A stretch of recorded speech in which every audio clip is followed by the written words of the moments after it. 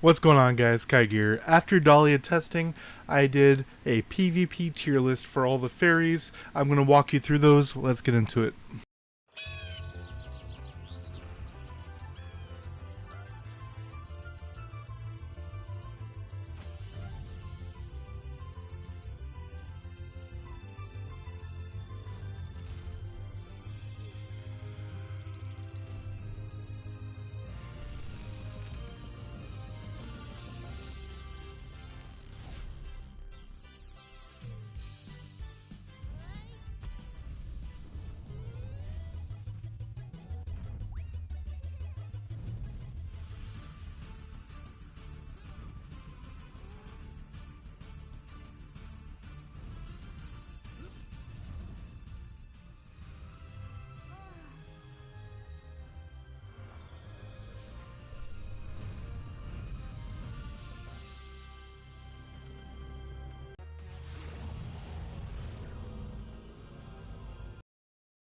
Alright guys, so as you'll see, in each tier, it goes by type. I'm going to do Holy, Fire, Water, Wind, and Earth. And they are in order of their type. So as we see up here in S, Sakura. And that is, even though her stun isn't as good of a stun as some other fairies, it's a stun plus pierce rate, which especially as a dragon fighter or dragon knight, you get to stack on top of that, and then you're going to need a ridiculously high protection rate to make up for that. Then we go into Milim, who primary thing is when you press the button is when they can't move. They can still use skills that don't require movement, but it's immediate on press, a good AoE damage, and if you have it high enough star level, it also heals you based on that. Hibiscus, great damage, great healing, just all around, always going to be good in all game modes. Then we go into Fire. Winter Cherry, her biggest thing in PvP is her passive. For things like Top League and such, giving you effectively a free rigidity, which that allows you flexibility to, especially with Fire Echo, go full damage wills and generations, and then fall back on her passive as a safety net. Then we have Anatheria, great damage, great execute, also reduces their healing, very, very good. Hydreiga Flames, good damage, good buffs, especially the best class that takes advantage of this is not Berserker. Even though Berserker isn't the best class right now, this right here gives them the opportunity to really do what they want to do. If with the bonuses of Hydreiga Flames, Fire Echo, plus Slaughter, plus your passive, if you can get some resets with Flash, you can do great stuff here. Then we go into Water. Blue Rose, just all around good. Great when they're at high HP. Great when they're at low HP. Also good as a just general good water unit. The next two, Gardenia and Ikoria, both very. So Ikoria, the third one, is a very defensive one, giving you that immunity. Very particularly great with something like Sword Priest, Gladiator Priest. And that's because with Gladiator, as long as you're using a Gladiator type skill, you're immune to knockups and knockbacks. But if you swap to Priest with Ikoria, that will give you a few seconds of that immunity knockup to knockback, so you can cast your Star Blessing, and then you can just keep chugging along. Gardenia, the second water fairy, is offensive and defensive, as well as being a direct counter to Dahlia, ignoring Dahlia's already glaring weaknesses, as we'll get to. Then into Wind, the biggest change here is going to be Dandelion, who was B tier, but with some swapping mechanics and some changes to her text. I believe it was in 1.36. I was just unaware of it. As you know, Almond Blossom just really great, just across really great. Then the big thing with Dandelion is even if Dandelion is on your assist bar, it still keeps track of the last skill used.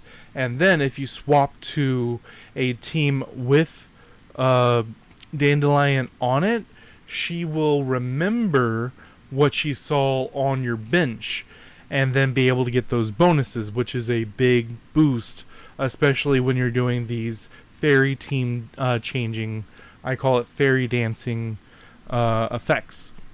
Then we have Tulip, great bonuses, just all around great if you're doing the Earth Echo. Then we have Foxglove, giving you that passive crit rate, giving you that passive crit rate if you have a barrier, which you can get from a multitude of ways. Then into the A tier, we have Licorice. If we're talking about stun, best stun. It does a deceptively high amount of damage because the damage it shows you is per tick and it ticks 6 times. And it's also a 6-second stun. Just really great. It's just a little slow. Then we have Mistletoe. Mistletoe's biggest claim to fame is it puts down the AoE circle, and if they use a dodge to get through it, they still get stunned. As well as her basic attacks, one of the only ones that have a basic attack effect in the game, her basic attacks heal you as well. Then we have Dahlia, and this is probably just from the testing and the little bit of Top League we've done so far. Her biggest thing isn't really with Top League. We'll see how she pans out through the next month, but her big thing is doing the anti-heal as well as the big burst when you initially cast it. Thing here is we still have those invulnerability mechanics going on, so during that invulnerability you won't do damage, and then everyone is using Priest, so then you use Star Blessing, which gets rid of the anti-heal, as well as gets rid of that tick damage. So and you get to keep the HP steal rate, which is just mind-blowing. It's also cleansable by the other two, but I think Priest is the one that really puts her down in the A tier. If Star Blessing did not cleanse her, then she could definitely be seeing play in the S tier. Ixoria in PvP you're primarily using as a get out of jail free card. You lose current HP and heal max HP. So you want to use her when you're lower HP to kind of get that little bit back, as well as giving you boosts. Then we have 1A, 1B for the A tier water fairies. We have Lotus and Hydro. They're both pretty much the same. One's a silence, one's a stun. No, they're both silences, excuse me. One gives you a defense bonus and the other one pulls them in. Then we have Earth, Eldewise. Finally remember her name. The poison damage is nice to have, especially with some Burning Soul battle things. Either the poison Burning Soul battle or the debuff Burning Soul battle, she does really, really well. Then we have Balloon Flower, pulls them in, and if you have her high enough star level, defense down. Great all around. Then it's great to see a Gen 1 fairy make it up here. For Earth, the only A tier fairy here is Primrose. A good stun. Could be a little bit difficult to target, but it's a good stun as well as giving you damage reduction received. Then back here we have Laurel. He pretty much only does damage, but the flat amount of damage he's doing is enough to be in B tier, as well as he gives himself a chance to do double attack on his basic. Doesn't really matter. You're going to be fairy dancing, changing teams. And you're not really going to get a chance to make it work.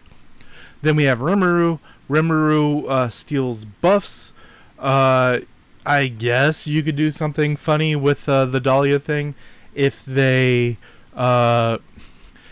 cleanse the damage from Dahlia.